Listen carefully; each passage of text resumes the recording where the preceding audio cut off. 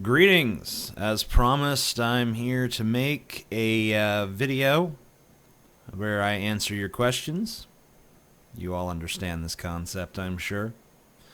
And, I'm a little baked. A little bit of wake and bake going on.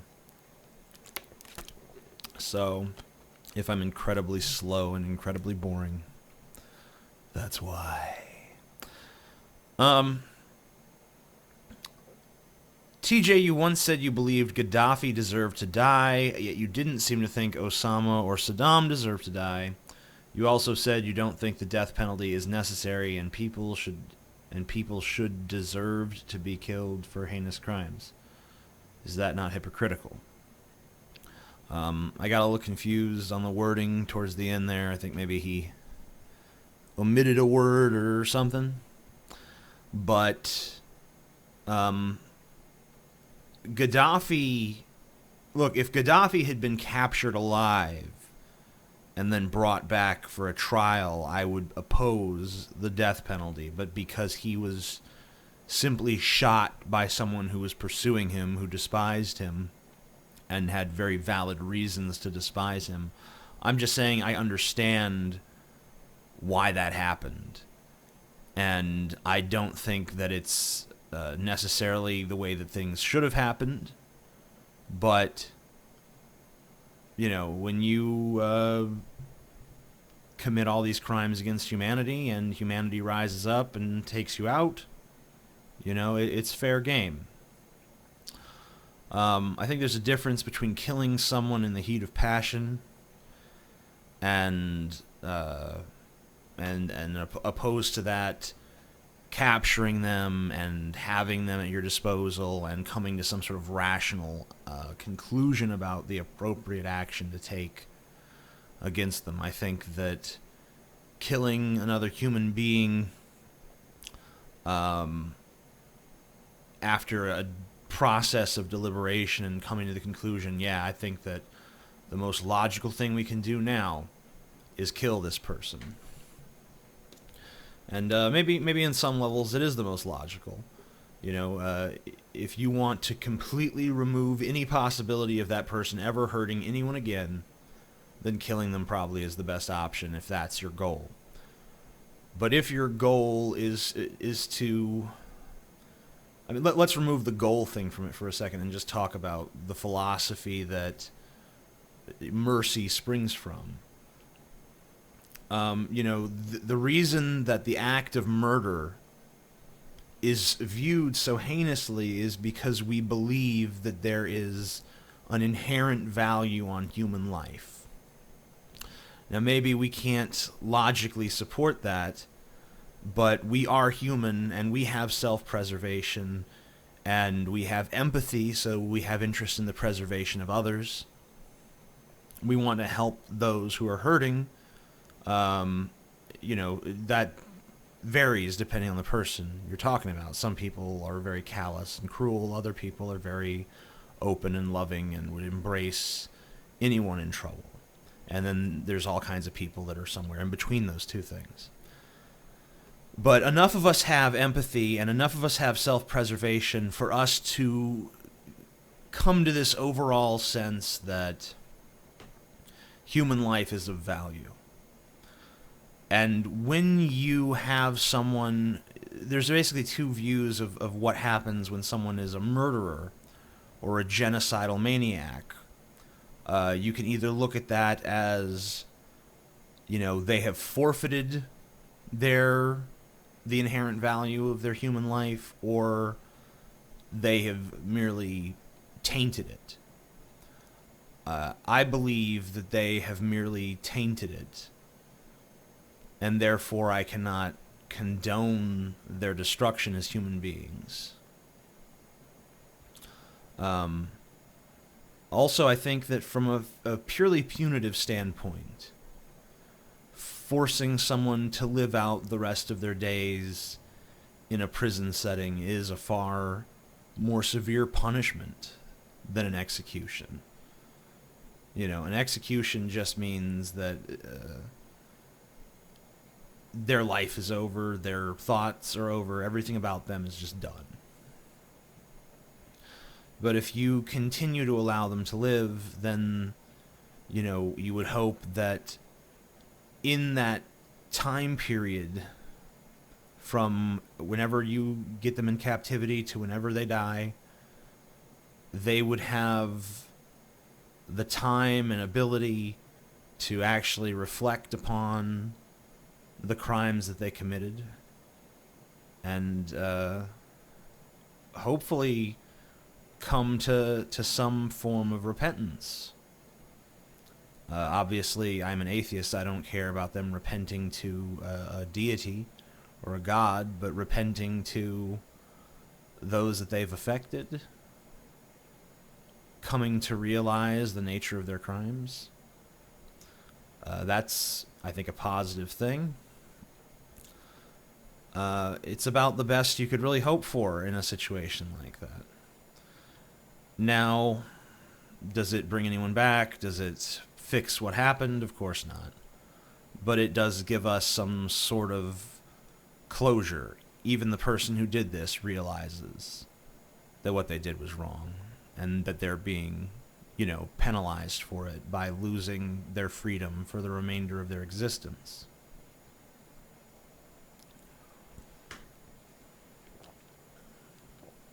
I think that's a fitting penalty. So therefore, I don't see any reason to go one step supposedly beyond and actually kill them. Probably spent too long on that question. What's the longest time you can abstain from using drugs without freaking out? I smoke weed. I do drink on occasion. I've occasionally dabbled in certain pills, but I don't have any sort of reliance on drugs, probably other than cigarettes. And even then, it's not really a reliance, it's just a chemical addiction where I feel the need to do it, even though I know that it is bad and it doesn't really seem to have any sort of pleasant physiological effect unless I happen to have not had one in quite some time. Then it'll be like, yeah, woo! But, your average cigarette is just like, oh, I gotta smoke. Oh, why am I smoking? Oh, this is not even any good. Oh, this kind of sucks. And it's just this repetitive mechanical process that you can't seem to escape or get away from. But other than that, there's no drug that I feel like I can't do without. I feel like I have the mental fortitude and tenacity to deal with reality as it whatever that may be on a daily basis without needing to chemically alter my perspective. But nonetheless, it is often pleasant to do so. I don't drink a lot because drinking, has too many repercussions. Smoking weed seems to be something I can do that doesn't have a lot of repercussions, although it sometimes can make me a little more paranoid than I need to be. But usually I just find it calming and helps me relax. And, I'm a person who has a natural proclivity to be very tense and very bottled up inside. And those are things I've been working on in general and trying to be more self-expressive and not care as much about the judgments of other people, because of course I'm plagued with, social anxieties and such, and the main thing about it is worrying and being concerned about what others think of me. And over time, I've just learned to get past that on certain days, and then other days it's kind of back, but that's just how I cope and function. But I don't need drugs really. But I like them sometimes. I will not ask your questions. Fuck your mother. Okay. That's fine. How do you feel about George Carlin's view on the patriarchy? I don't really know George Carlin's view on the patriarchy, and I don't even think that George Carlin could have offered a view of the patriarchy as it exists in the minds of most feminists now, because this is a concept that has undergone massive amounts of change just in very recent times due to this new generation of, bright-eyed, bushy-tailed internet feminists who have embraced this ideology without ever really studying its history or understanding the context in which it arose. And they've basically taken the patriarchy thing and turned it into this ludicrous notion of an entire world, an entire Western civilization that's just built around men and men's interests, and women are just second-class citizens and sex objects. And, it's so ludicrous that it doesn't really warrant much in the way of refutation, because anyone who simply exists in this world, if you live in America, you just go out and you look around and you see that that's clearly not the case. Now, are there still examples one could point to of sexism against women? Sure there are. There's also examples one can point to of sexism against men. And, I'm glad that that has become more prevalent. I hope that one day it'll be taken a little bit more seriously. But the problem is that if you are a feminist, you have this view of women are suffering in America. Women are second-class citizens. Women have no rights. So when you bring to a feminist a valid complaint that men have, their answer is immediately to say, well, we admit that there's that disadvantage, but it's really just a side effect of the patriarchy. So, you guys should be fighting with us, because once we get rid of this patriarchy, that disadvantage will be gone for you too. That's their first response to that. Their other response to that, and you see this one more and more commonly, I think, is that, it's just mockery, basically. Oh, you man tears, and, poor men's think they have it so bad. Wah, wah. When women are the real ones suffering. How dare you men even have some sort of complaint when women are suffering so disproportionately high? And that's basically the two responses you get to that. And it's very irrational, and it doesn't make a whole lot of sense. And, it's immune to logic. It's immune to any sort of argumentation. It's just, it's a religious dogma at this point. Now, that being said, patriarchy is a real thing. I mean, no one should think just because these feminists are misusing the word patriarchy that there's no such thing as a real patriarchy. And there's still patriarchies in America. Like, a lot of churches are patriarchies, where, the men are the ones in the authority, and then the women are lower on the authority structure. And Christianity involves the Bible itself is a very patriarchal book, and the Quran is a very patriarchal book, and all of these archaic men on top, women on bottom philosophies are still rattling around out there, and we shouldn't just ignore that. But at the same time, this country, America, as a secular, for now, nation, there's no law on the books that inhibits women in any way, and there's very little in our culture that says that women should be inhibited in any way. I think if you ask anybody on the street, can women do the same jobs that men can do, if they can do it to the same quality and standards and whatever, then everyone's going to say sure. Now, there's certain jobs that men are just inherently better at because we have more developed upper bodies and we have more upper body strength. But there's plenty of women with good upper body strength that could do those jobs. And I've seen them and I've met them. And, you know, but these feminists, they fucking zero in on all this other stuff. Like, oh, these video games with this Anita Sarkeesian shit. Anita Sarkeesian wants to zero in on the video games and say, oh, well, these video games are very harmful because look at how women are portrayed in these games. And she'll find every example of women in bikinis, or women doing this, or women doing that, or women being used as props or objects, and she'll say, look, this is teaching men and boys, and any girls and women who play these games too, that that this is what women are, that this is women's role in society. And she treats these games like they're an instruction manual for patriarchal thought, basically. And she fails to realize that, you know, unlike a book like the Bible or the Quran, these games are presented as fiction. They're presented as fantasy. They're presented as an escape from reality.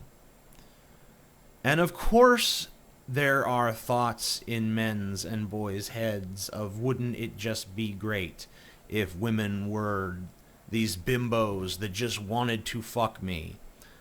Of course they have that thought. Just like there are, you know, ugly schoolgirls that no one wants to fuck, who are sitting there in their bedrooms right now, touching their pussies to the thought of, you know, getting gangbanged by all the members of One Direction. Or whoever. We all have fantasy worlds that we escape into that have nothing to do with reality. And that have nothing to do with our attitudes about the world at large. There's a reason that people escape into a fantasy. Okay? It's to take a break from all that social responsibility, to take a break from, you know, the machinations of society. And to say, I am going to behave in ways within the context of this fictional world that I could never and would never behave in real life. It's escapism. And trying to control escapism is, I mean, trying to control someone else's escapism is just silly. It's just silly. And I mean, it would be one thing, honestly, I could even see making the criticisms that Anita Sarkeesian makes. If she would at least just present it as, here are some of my thoughts about video games. But that's not the context. The context is, here's a problem that we have to fix. Well, you know, it's not about, you know, you're not going to force people to do this stuff. You're not going to force change. When there's a reason that these elements in these games exist, there's a reason. There's something in people that these things appeal to, and drawing their people's attention to that and saying, what about this really appeals to you? And maybe you could examine that about yourself. And that would be fair. Because then it's like, okay, her opinions are out there. People can go and seek them out if they want to. They can look at them and they can say, you know what, maybe there is something to this. Or they can say, you know what, I think this is bullshit. But that's not the context that she's created. The context she's created is, I am objective about this, and there is objectively a problem here, and there is no counter-argument, and anyone who counter-argues me, who presents a counter-argument, is obviously doing so for sexist and misogynistic reasons. And therefore, their opinion is not to be taken seriously, and only my opinion matters, and only my opinion counts, and my opinion is, in fact, objective fact. And this is something that needs to be addressed. When you deliver it in that context, of course everyone thinks you're an asshole, because you're basically saying that only your sensibilities matter, and everyone else's are just wrong. And that is arrogance. And anyone who behaves that way should be mocked and ridiculed, regardless of what their opinion is. If I behaved that way, it should be mocked and ridiculed. And I know there have been times when I've been on that edge. So it's very important to understand the difference between offering an opinion on something and trying to demand that that thing change. And there are, of course, political issues where you do have to demand things that would change. Like, the gay marriage debate is basically a debate about sensibilities. But in that instance, you do have to be forceful about it. Because if you believe... Because the price of not being insistent with these people who think that gay marriage is wrong is that gay people can't get married, and that there's all these loving couples out there who are suffering because of the antiquated religious morality of other people. And that's not fair, and that's why that's one of those times where you do have to take a stand. Because you can concretely show the negative consequences of the other people's, the conservative sensibilities. But when it comes to sexism in video games, there is no smoking gun causal link between this girl in the video game is wearing a bikini and really doesn't have much character development to men don't respect women now because of that.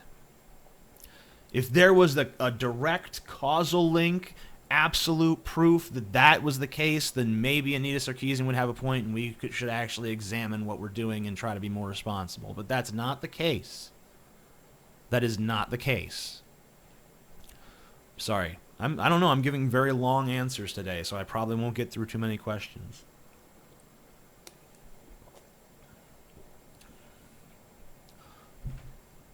Why do you think religions don't debate each other over whose religion is the right one? Why is it the atheists everyone tries to discredit instead? Well, that's definitely not true. I mean, people of different faiths do debate amongst themselves. But, I guess the reason that the atheist debate is more prevalent is because, all these religions are pretty similar, and I guess people kind of figure, well, at least this other person believes in something. But if you're an atheist, you're basically coming to all these people who are, they're running on a very specific set of operating systems. Maybe, you think about it as like Windows. And all these different branches of Christianity, or all these different branches of the Abrahamic religions are different versions of Windows. And, Christianity is Windows 95, and Islam is Windows 98, and, all the, so on and so forth. And they're all Windows operating systems. And that's basically what people are doing to their brains. They're taking, this is how my brain is going to work now. This book tells me not just what to think, but how to think, and what sort of moral values I should have, and I just install that in myself, and I run on that operating system. And all these people say, well, if you're on Windows 98 and your neighbor's on Windows 95, you look at each other and you say, well, that's a little different. I'm not sure, I prefer my Windows 98 people, but at least it's still Windows. But atheists are coming around like, we're on Linux, bitch. And people are, oh, I don't know about this Linux shit. We better all unite against that, because that could be a threat to all of us. If people think that it's okay to not believe in a magical man in the sky who controls everything, that could really fucking put a strain on all this cultural tradition we've built, and on all this structure of thought that we've built, and on all these values that we've built. And we have to basically admit that that we're wrong, and that our fathers were wrong, and that their fathers were wrong, and so on back throughout history. And we have to admit that the principal things that have guided our behavior for thousands of years are in fact false and without any basis in reality. And that is just, it offends the sensibilities of many religious people when you talk about how we should just discard religion, because it's such an intrinsic part of their existence. But just because something is an intrinsic part of your existence, that doesn't mean that it's a good thing. That doesn't mean it's really helpful to you. Just because something is a long-held cultural tradition doesn't mean it has any value in modern life. And that's what I think. That's why I think the atheist debate is the one with the most heat on it, because that's the one where these religious people of any stripe have the most to lose, because you're not just exchanging one God for another, you're admitting to yourself that there is no God, and that the world was created through naturalistic means, and that the cosmos takes no particular interest in your existence one way or the other, and that when you die, you are simply dead. And that's a very difficult thing for a lot of people who have a very radically different view of the world, which they think is more comforting, which they think is more in line with how they feel emotionally about themselves and their destiny. You know, no one wants to hear, oh, you're just a bunch of fucking, bacterial organisms on the surface of a fucking rock where life happened to develop. It doesn't have that same grand human destiny feel that it does when we're created by a god. But, the thing I like to do is kind of flip it around on them and say, okay, well, let's think about the difference. Let's really think about the difference here, though. If there is no God, then it's our job to be God. What is the human destiny under most religions is that, one day we get to go and be with God and serve God. The human destiny, when it comes to an atheistic worldview, could be ascension to godhood ourselves. Not the slaves of some great celestial dictator, but almost a godlike entity in and of ourselves. Because our technology is sufficiently advanced and our understanding of the universe is sufficiently complex that we basically have the ability to do anything. And that could be the human destiny. And none of us will live to see that. And, there's a lot of things going against that because, humanity won't wise up and realize that, the things we do have a tremendous impact on the world around us. Our no other animal has ever industrialized the planet before. And we're already seeing the effects of even just this paltry 200 years or so of industrialization. And we're looking around and we're seeing that it's affected the planet drastically. But we're just like, oh, no, we don't see that. We don't see that. We don't see that. So we have a good chance that we'll destroy ourselves before we ever reach that Godhead state. But that could be our destiny. And it depends on us.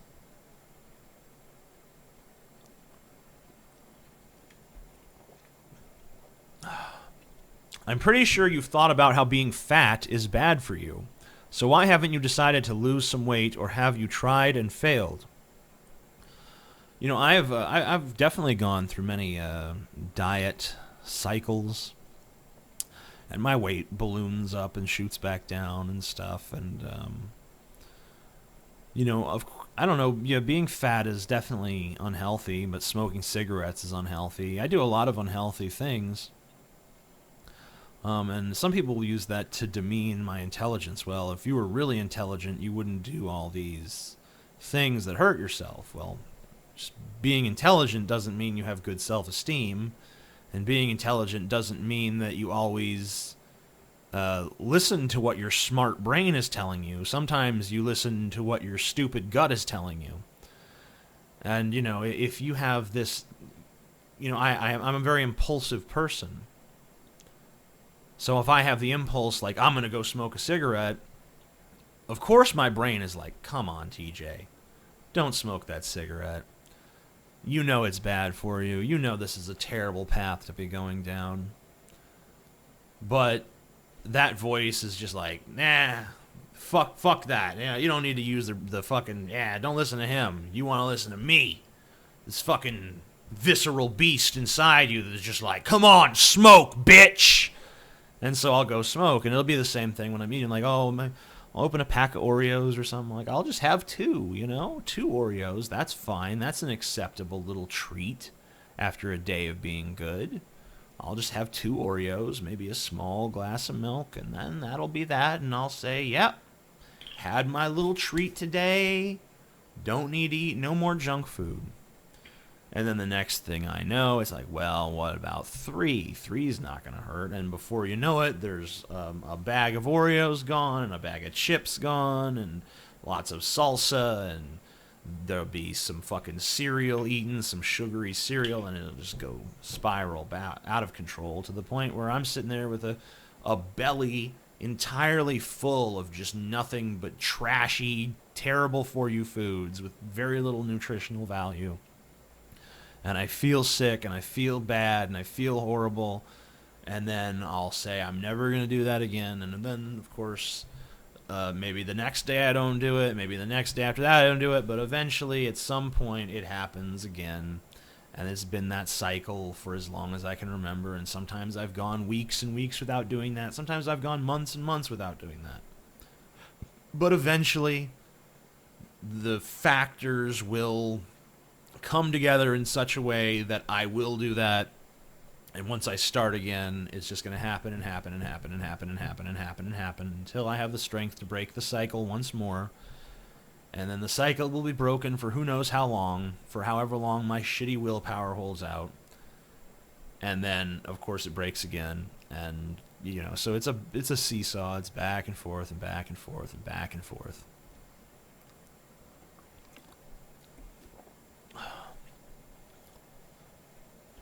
Hey TJ, do you think it's wrong to kill and eat humans or chimpanzees who have the same or similar mental capacity as chickens have?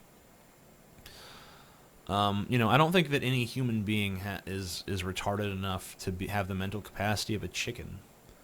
I mean, I don't know. Maybe that is a thing, but I don't even see how you could function. But I mean, if someone was as dumb as a chicken, then I mean, I don't know. We kill chickens, so why let all that meat go to waste?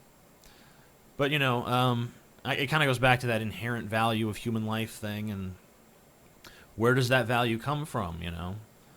Does it come from our superior intellect compared to other animals? Does it come to the fact that our brains are more highly evolved? Is that why? If that is why, then does that mean that the smarter a person is, the more valuable they are? I don't think most people want to accept such a simple, cut and dry standard. You know, I think that the value of human beings is really derived from our perception of the value of human beings. And so even if someone has the IQ of a chicken, you're going to have a lot of people out there who say, no, that's still a human being. That's still one of us. So we're not going to treat him or her like they're nothing more than their weight in meat. But it kind of raises a lot of interesting questions, like if we value a person with the brain of a chicken to the extent that we don't want to kill and eat them, then why don't we value a chicken to that same extent? Is it just because of our anthropocentrism? The fact that we hold our own species in higher regards than all others, regardless of whether or not that proposition makes any sense on any logical level? Yeah, I think so. I think that it's really just a completely subjective thing. But I think that it's a positive subjective thing. I think that there's definite merit in believing that. And it's also psychologically in tune with the inherent sense of human beings, that we are valuable, that our friends and family members are valuable, that we don't want anything to happen to them. I think that having this value placed on human life is very satisfying to human beings, and it's very in keeping with the mentality that we naturally have about each other and about ourselves. And of course, like I said, this mentality varies from place to place, and if you're in a really rough place where resources are more scarce and there's more competition for resources, then you're probably not going to have that same cuddly, let's all get along disposition. You're probably going to be more of the mindset, I got to get mine, fuck everybody else, or me and my whatever tight-knit group of people have got to get ours and then fuck everybody else. And I think every human being has that to some extent. But hopefully there will come a day when we view the entirety of the human race as our brothers and sisters and all that shit, and we stop viewing it as this is my group and this is your group and we're in opposition because of this and I'm on this operating system and you're on that operating system and we don't have any shared intentionality and we're playing different language games and all this other stuff. Hopefully we can surmount that while still preserving, unique ways of thought. We don't want it to be just a matter of homogenizing everyone to the same way of thinking. That would, of course, do it, but that's not really desirable, I think, to anyone. I think that one of the greatest strengths of the human race is that we're able to have people who rise up and have these new and radical ways of looking at the world. And if we don't have that, then that kind of cripples us as a species. But we need a way for everyone to have that sense of brotherhood, have that sense of respect, but also to have their own unique identities and their own unique ideas about how things work and their own unique ideas about the world. So that's kind of the big challenge that humanity faces, in my opinion, is we want to preserve all of these robustly different ways of thinking and ways of seeing the world, but at the same time, it's important that we all come together and unite under a common goal. And those are two puzzle pieces that, you could sit there all night and you can't make them fit together. But, I think that if we look at places like, college, universities and stuff, where there's different professors with different beliefs and different ideologies, and yet no one's killing each other, no one's, having these little ideological wars on the campus. I mean, there are some, ideological wars on the campus, but they're not things that come to violence. And if humanity can just basically reject the idea that we need to do violence upon each other, then that would probably be a tremendous help getting those two puzzle pieces together. But the problem is that violence is, of course, effective. It's a tried and true method that works throughout history. So it's basically telling everyone, don't use something that will work because, for the good of all. And, that works if they buy into that idea. But if they don't, then how are you going to change their minds? And that's just like, it's just one of those situations that the human race finds itself in that I see no solution to.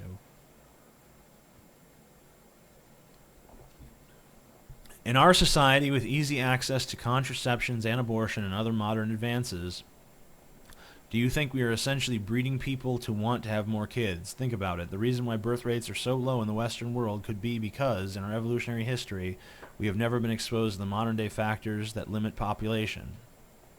Maybe some people have genes that make them more likely to reproduce despite having easy access to abortion, contraceptives, and other things like pensions that were not as widespread in the past. In hundreds of years, due to natural selection, do you think we will live in a society where the average person in the developed world has a huge number of children?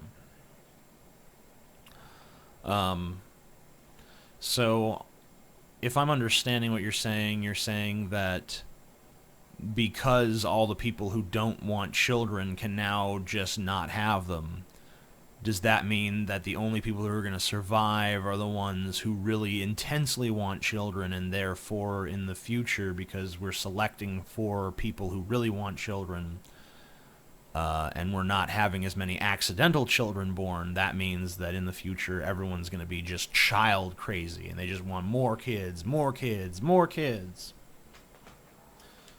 I've never really thought about that, but it seems plausible enough. It kind of depends, though, on what are the reasons that people want a bunch of kids. I mean, obviously there's an evolutionary mechanism that makes people want to have kids, and usually it doesn't manifest like that. Usually it's not like you want to have kids. Usually it's like you want to have sex, and that, of course, is what leads to the kids. But of course, some people do overtly want kids, and that's why they don't do the contraception, don't do the abortion, don't do all those preventative measures. So yeah, I mean, I guess that's possible that we could end up selecting for people who are just kid crazy. But obviously, up to this point in evolutionary history, everyone's had kids because you're not here unless you had two parents that fucked. Um, but yeah, I mean, it's an interesting question how that will actually affect our evolutionary development. A more interesting question about that, though, is just what happens when we've figured out how genes work to the extent that we can start selecting for character traits and stuff in our kids. Will there still be gay kids? Will there still be, hotheads? Will there still be all these groups of people that, are somehow derided or not liked by, whatever groups and all that? So I think if that technology becomes available, I think a lot of us have to, either abstain from using it or actually, what, make my kid gay and a hothead. I want an angry gay kid. Why not? Do it. Don't let those kind of traits die off from the world. The diversity of humanity is what makes us interesting. You said you wouldn't support reinstating the draft because we go to war every 5 minutes, but the main argument from its proponents in reinstating it is that it would stop that behavior and give us democratic control of the military. What is your response to that? I've heard the argument that basically, yeah, if we reinstate the draft and then, everyone's at risk of going to war, then America won't be so, gung-ho to go into war. I mean, but the problem with that is that, we had the draft for a long time, and it wasn't slowing down our rate of wars. We were having, these big, massive, huge wars all the time. World War I, World War II, Civil War, Vietnam, Korea. Just all these fucking conflicts. Every 20 years or so, it's a new conflict. Some new, massive fucking conflict. And no one ever, it was Vietnam where people finally started saying, like, we've had enough of this shit. And that's why I don't think there has been a military draft since Vietnam. But, and the draft doesn't really need to be reinstated because, it's not gone. Every male has to register for selective services. So, there's nothing stopping the government from drafting you into a war right now. So we don't really need to reinstate the draft. If anything, we just need to get rid of the draft, or because we could always reinstitute it if there was a real need for us to have an entire country of soldiers. Then of course the government could reinstate the draft in a second. But I think my ass would go to Canada or something, 'cause fuck that.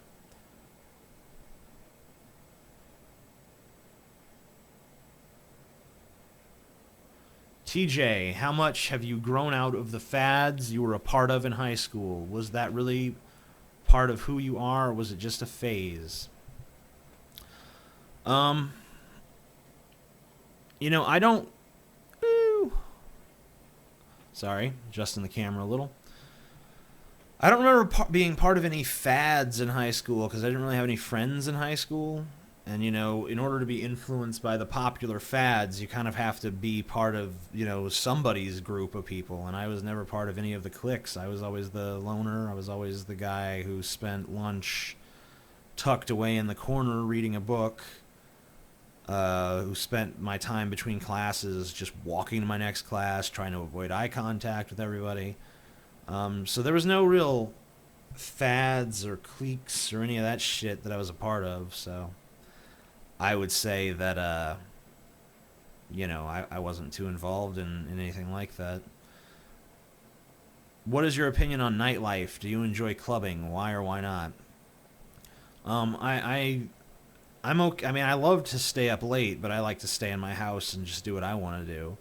I don't think I would enjoy clubbing. I've never been, but I'm pretty sure that it's completely the opposite of the things that I like.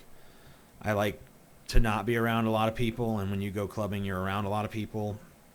I don't like a lot of dancey, upbeat kind of music, and I know they play that in there.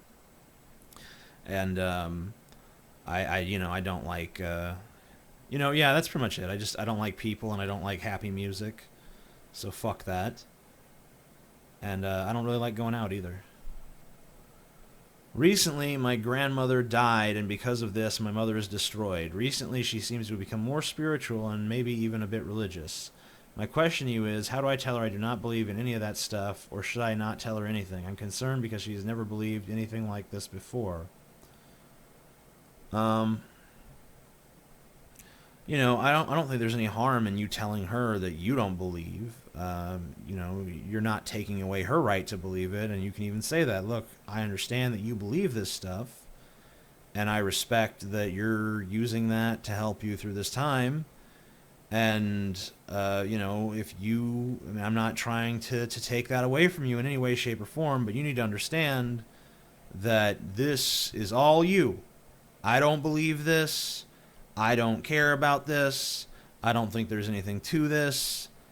So, as long as you don't try to involve me in it, we're fine.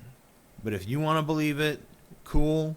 Just understand I don't. Don't try to convince me otherwise. Don't try to bully me into it. Don't try to make me participate in things that I'm not comfortable with. I'm glad it's helping you. And that's that. Basically.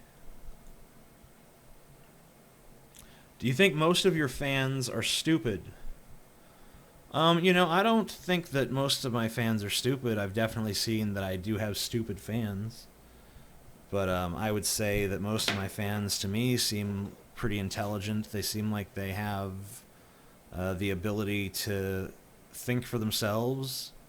They seem like they're able to question things that are out there in the world and think critically. I think that sometimes my fans are too quick to jump on bandwagons of things that already confirm their biases, like the Gamergate thing. I think that anyone who was being really objective about that would have just said, you know what, this is not really a big deal. This doesn't really warrant a lot of my attention.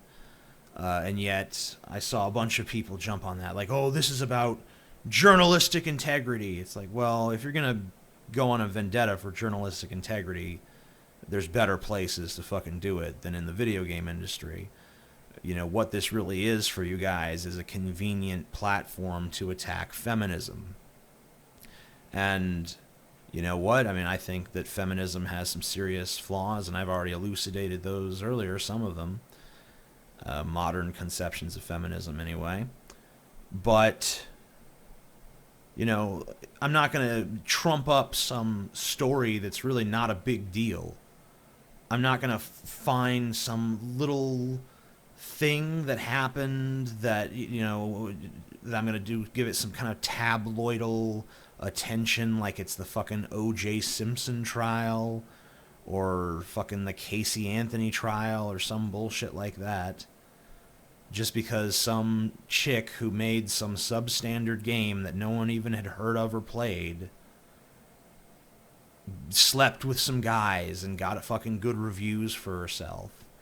It's, especially like, I understand it's worth saying, oh, well, that's fucked up, and, obviously you should be wary of anything you read about this game because, there's some shady shit going on.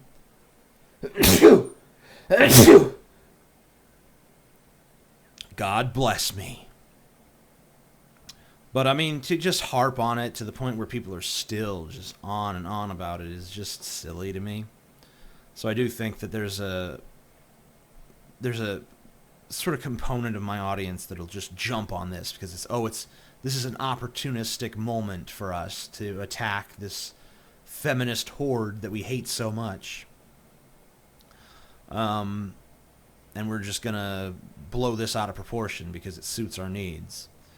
And that kind of reeks of just party politics bullshit to me. And I won't be a part of that.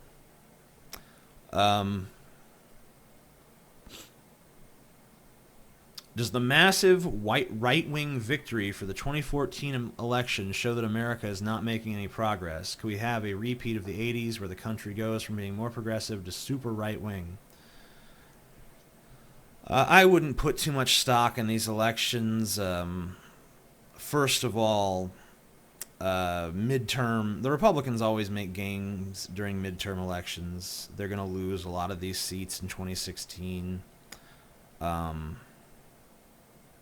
The youth vote doesn't show up at all for these midterm elections. I think they only about 13% of what's considered the youth vote showed up for this election. There's going to be a lot more interest in the next presidential election because that's the election everyone cares about. And you're going to see, hopefully, better debates between these candidates about what their actual positions are. And Americans are going to actually take a closer look at, well, which candidate really represents my values better.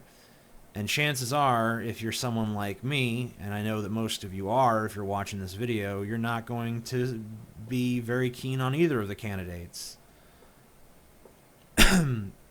But, you know, we should probably end up voting in a Democrat just to keep the Republicans at bay, because they're fucking crazy. But the Democrats are really not much better. It's, you know, it's like the difference between dog shit and cat shit. You know, you could objectively say, like, well, one smells worse, but you know damn well they're both horrible and they both stink like fucking shit, because they are shit. But yeah, I mean, I'll probably actually register to vote next election and go cast my vote for fucking whoever the Democrat is, just to keep the Republicans from taking too much power.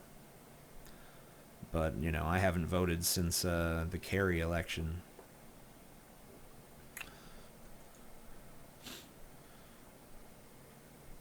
What do you think of Bob Dylan? I kind of have this Bob Dylan hair on right now. It kind of looks like early Bob Dylan hair.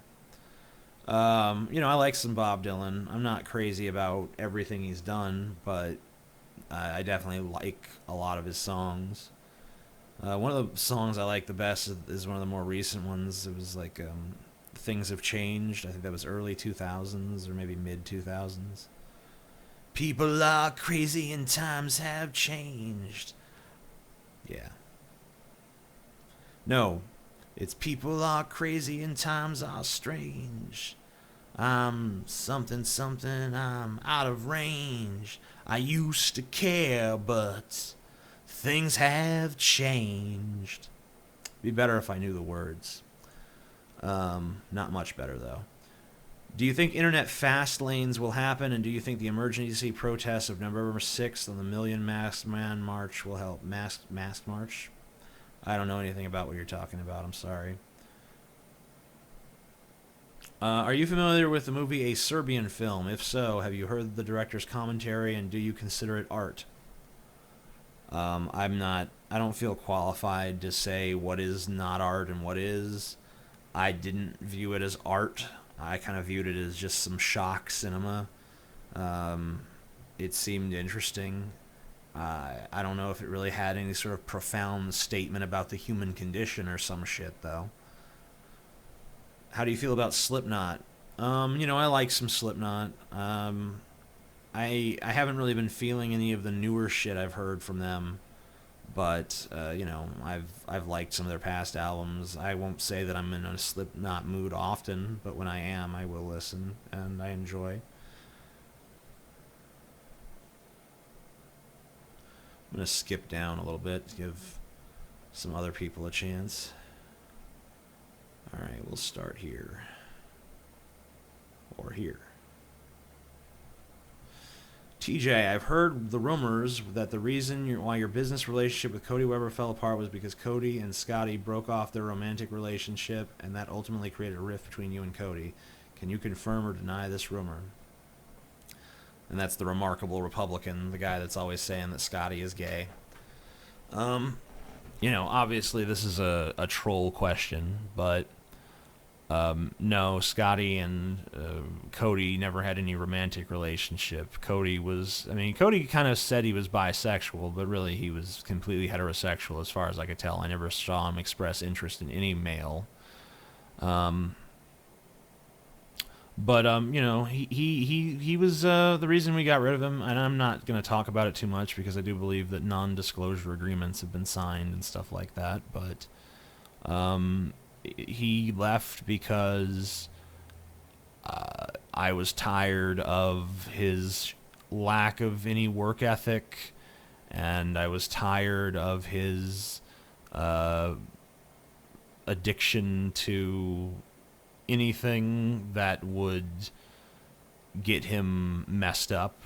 Just didn't want to be sober ever. Didn't want to work ever. Didn't want to, didn't want to do anything. Just wanted to be a leech. So we cut him loose because I'm not gonna let some fucking parasite suckle me to death. It seems like Cody has moved on and he's doing his own thing, and he's got music coming out, and he's got photography coming out, and he's got a girlfriend that he's been with for quite some time. So it seems like Cody's a lot better off where he is than he was with me. Maybe I was too much of an enabler, and maybe there are things I could have done better with him too, but the bottom line is that I didn't want him there anymore, and I don't think he wanted to be there anymore either. So we went our separate ways. And it was an acrimonious split with lots of, contentions and stuff. But it's over. And, it's like distant. It's ancient history at this point. So, fuck it.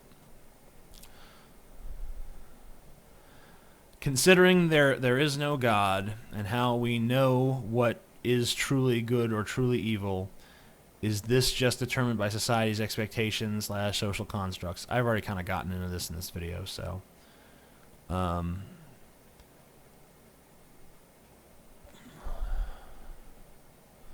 Hi TJ, I'm an atheist as well. Knowing there is no afterlife, it has bothered me for years that one day I will die and my consciousness will slip into non-existence. Every memory, every thought, every conscious effort is trapped in this little fragile organ in our skull. It sometimes makes me wish there was an afterlife, even if it turns out to be a hallucination that seems to span forever during a few short moments of our brain death. What is your interpretation of death? Well, I've kind of been in the same boat as you, where I have a lot of difficulty accepting the fact that my thoughts and my feelings and my experience and my values and all of the things that comprise my consciousness and who I am as a person will one day simply cease to exist. And, the only thing that I've found that helps me at all is just to embrace the now, because I can't control what will inevitably happen, nor can I control what has happened. I can only control what is happening, and by that, and therefore affect some measure of the future, whatever foreseeable future I have. And as long as I'm alive, I'm going to assume that I will continue being alive. Even if I'm 90 years old, I'm going to plan out what I'm going to do for the next 10 years. Even if in the back of my mind I know, I probably don't have no 10 years. Doesn't matter. I plan on living as though I will live. And then when death happens, let it be a surprise, or if I get some sort of advance warning first, like, you got cancer, or you got this, or you got that, then so be it. I'll deal with death then. I'm not going to spend my entire life worrying about the end of my life. I'd rather live the life I have, because that, cataclysmic death of everything, event is in the future. So I'm heading towards it. I don't know where it will come. I don't know when, but it's there. And I'm not going to live every day in fear of that. I'm going to live every day believing that I will live, and accepting that, if I'm in a painful place, I need to work my way out of it. If I'm in a good place, I need to work to stay in it. And that's just how I fucking get through existence. And I know we didn't answer a lot of questions there because some of my answers were really long and ponderously boring, but we've done about an hour, and I'm going to go ahead and wrap it up there. I may revisit this video and answer some more questions out of it. That's unlikely, but excuse me, but it could happen. And I thank you guys very much for watching. If you're not subscribed to this channel, TJ Does Life, please do so. I'd also appreciate it if you subscribe to my Drunken Peasants YouTube channel and my Amazing Atheist channel if for some reason you're not subscribed to those. So thank you very much.